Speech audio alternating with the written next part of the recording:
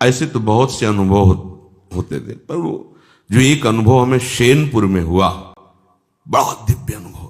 ठीक दोपहर का समय, वहां दिन में कोई नहीं जाता था, रात्रि की तो बात जाने, दिन में कोई नहीं। कभी ऐसे पूर्णिमा आदि को 2-4 लोग ऐसे, एकदम जंगल, 24 घंटे में 2 रोटी और इतनी अरहर की दाल के सिवा कभी कुछ नहीं था, ही नहीं कुछ, कि वहां फल फूल लोग आ रहे जा, कुछ नहीं, एकदम ऋषि भूमि। अब भी है, तपोभूमि है वो। बस वो 2 बजे दिन में वो, तो दोपहर में ऐसे कोई नींद का तो शायद सवाल ही नहीं कि नींद में थे, ऐसे नहीं। एक ऐसे बारंडा टाइप पुराना था, बहुत सी लता, गंगा जी ऐसे सामने लेटे हुए थे, मंत्राकार वृत्ति।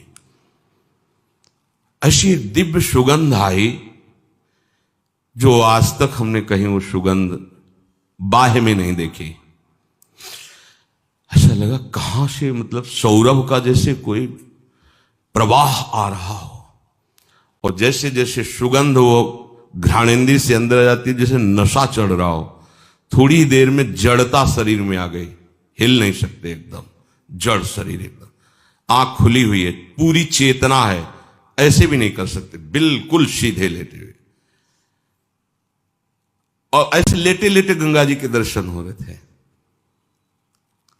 एकदम आधा शरीर ऊपर कैसे, जैसे किसी ने उठा के बैठा, और देखा गंगा की धारा से एक श्वेत वस्त्रधारी, दिन है, खुली आंख है, कोई स्वप्न नहीं, कोई तंद्रा नहीं, श्वेत वस्त्र धारण के, श्वेत जटाएं ऐसी, और वो ऐसे चले आ रहे हैं।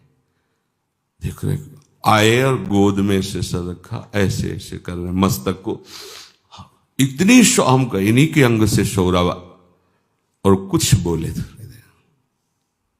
वो जीवन का पहला दिव्य प्रगट में ऐसे, तो स्वप्न में ऐसे, प्रगट में ऐसे ऐसे कुछ कहा, कुछ बोले, इसके बाद सीधे ऐसे, और गंगा ऐसा पार आनंद कि वो बताया नहीं जा सकता। ऐसा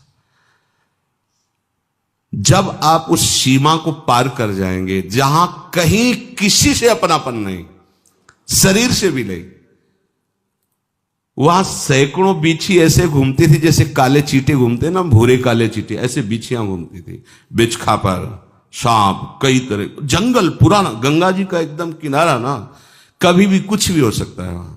और 2 ही लोग, इधर हम लेटे थे, एक पंजीरी बाबा थे, वो दूर एक उनकी कुटिया थी, उसमें वो लेटे रहते, वृद्ध थे वो, पर बड़े तपस्वी थे, वहां कोई और टिक नहीं सकता था।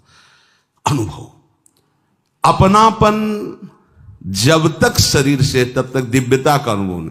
हम बहुत अंदर लालायित रहे कि इनसे पूछे आपको का परिचय पे, हिम्मत, मतलब वो एकदम ऐसी जड़ता भाव थी कि हिम्मत ही नहीं पड़ रही थी पूछे। बाद में पता चला, वर्षों बाद में पता चला कि अमुक अमुक महापुरुष प्रकट होकर के बताया। भगवान आकर्षण पैदा करने लगते हैं, भगवान आकर्षण पैदा करने। उसी के बाद फिर भाई जी महाराज राधा बाबा का दर्शन ऑफिस में हुआ, नेतृक साहब ने ऑफिस प्रकट है, ऐसे भाई जी करके, ऐसे क्या जानना चाहते हो, ऐसे चश्मा ऐसे कर, और पूज्य राधा बाबा बगल में बैठे हैं। तो उसे यही प्रश्न किया था, श्री कृष्ण की प्राप्ति कैसे होगी? ऐसे देखे और बोले, जब श्री कृष्ण बन जाओगे तो श्री कृष्ण की प्राप्ति हो जाएगी। उस समय सही समझ में नहीं आ रहा था, और उन्हीं की कृपा, जैसे ये कवा प्रभु का, तो बोले मनमयाहा तदात्मिकाहा तन्मयाहा, ये में न जान परे कान है कि प्राण है। जब कृष्णमय हो जाओगे तभी कृष्ण का साक्षात्कार होगा। फिर तो झड़ी लग जाती है अनुभवों की। वृंदावन तो चमत्कार का समुद्र है, फिर किसी को समझाने की जरूरत नहीं थी कि भजन करो, भजन आनंद प्रदान, ये सब बहुत, फिर वो तो नशेबाज हो जाता है। प्रभु के नाम का नशा, प्रभु की लीला का नशा।